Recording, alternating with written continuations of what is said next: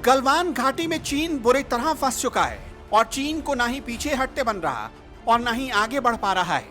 अगर पीछे हटा तो घोर बेइज्जती होगी और अगर आगे बढ़ा तो भारत से मारा जाएगा। इसी उलझन में फंसा बीजिंग अपनी स्थिति को मजबूत करने के लिए दुनिया के देश का दौरा कर रहा है, लेकिन वहां पर भी चीन को कोई बड़ी सफलता नहीं मिल पा रही, क्योंकि दुनिया में कोरोना का कहर जारी है और अमीर और गरीब दोनों तरह के देश इससे कराह रहे हैं।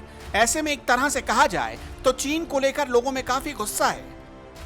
फिर भी चीनी विदेश मंत्री वांग यी यूरोप के दौरे पर है, लेकिन इतना सब कुछ होने के बाद भी चीन की अकड़ कम नहीं हो पा रही और उसी का नतीजा है कि चीन घिरता जा रहा है। आपको मालूम हो कि 14 सितंबर से चीन और यूएई का शिखर सम्मेलन होने वाला है। सम्मेलन से पहले चीन काफी चिंतित है।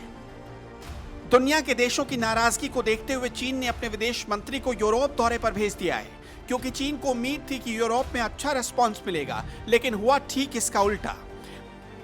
5 देशों की यात्रा पर निकले वांग यी जब जर्मनी की शहर बर्लिन पहुंचे तो रही से ही कसर पूरी हो गई। आपको याद होगा कि चेक रिपब्लिक के सेनेट सदस्य और प्राग के मेयर ताइवान के दौरे पर थे, जिस पर बर्लिन में पत्रकारों के पूछे गए सवाल पर गुस्से का इजहार करते हुए कहा कि इसकी कीमत चुकानी पड़ेगी।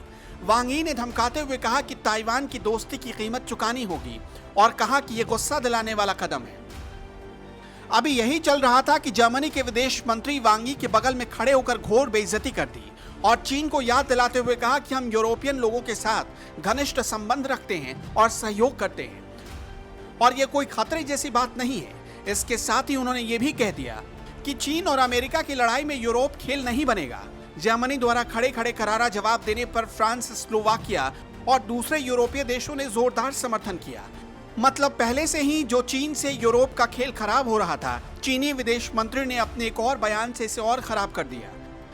यहाँ पर एक जानकारी देते चले कि यूरोप से पहले चीन पर उइगुर और हांगकांग को लेकर नाराजगी थी और यूरोप की नजर में चीन दोषी है। और अब चीन के बयान पर जर्मनी के विदेश मंत्री का ये बयान, इससे आप समझ सकते हैं कि चीन के प्रति दुनिया का क्या नजरिया है और आगे यूरोप क्या करने वाला है।